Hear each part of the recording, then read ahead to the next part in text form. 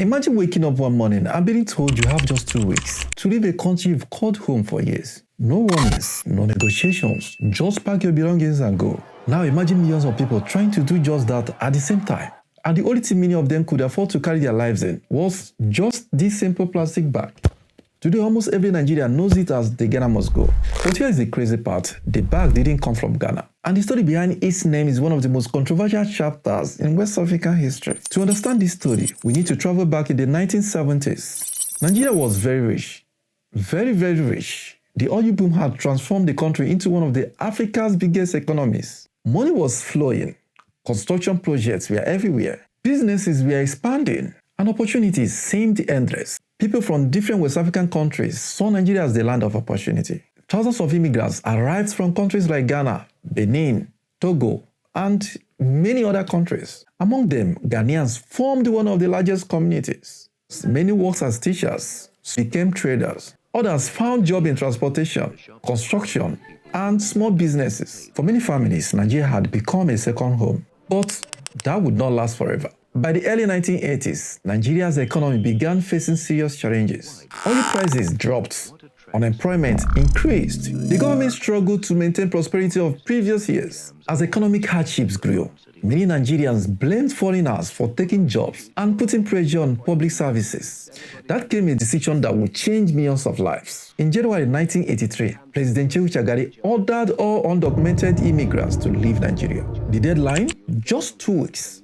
2 weeks. The order affected people from several countries, but Ghana made up the largest group. Historians estimate that more than 1 million Ghanaians were forced to leave Nigeria. Families that had lived in Nigeria for years suddenly had to pack up everything they owned, and they had to do it quickly. Now, here is where the famous bag enters the story.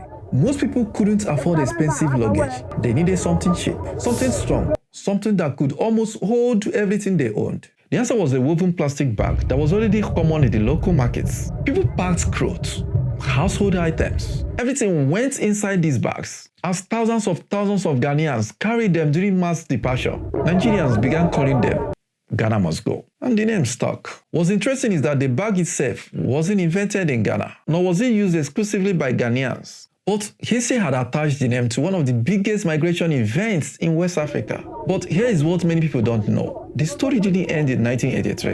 In 1985, Nigeria carried another mass expulsion of foreign nationals. This time, hundreds of thousands of people were affected. By then, the face of Ghana must go had already become part of everyday language. What started as a political event was slowly turned into a cultural symbol. A simple bag has already become a permanent reminder of one of Africa's dramatic migration events. Fast forward today, the Ghana must go is everywhere. Students use it when traveling to school. Families use it when moving houses. Traders rely on it to transport goods. For most families, it is one of the most practical bags ever made. Strong, affordable, and almost impossible to destroy. But perhaps the biggest surprise came when international brands started taking inspiration from it. Luxury brands started appearing on runways in Europe and America. Some were sold for hundreds, even thousands of dollars. For some people, the name Ghana must go still brings painful memories.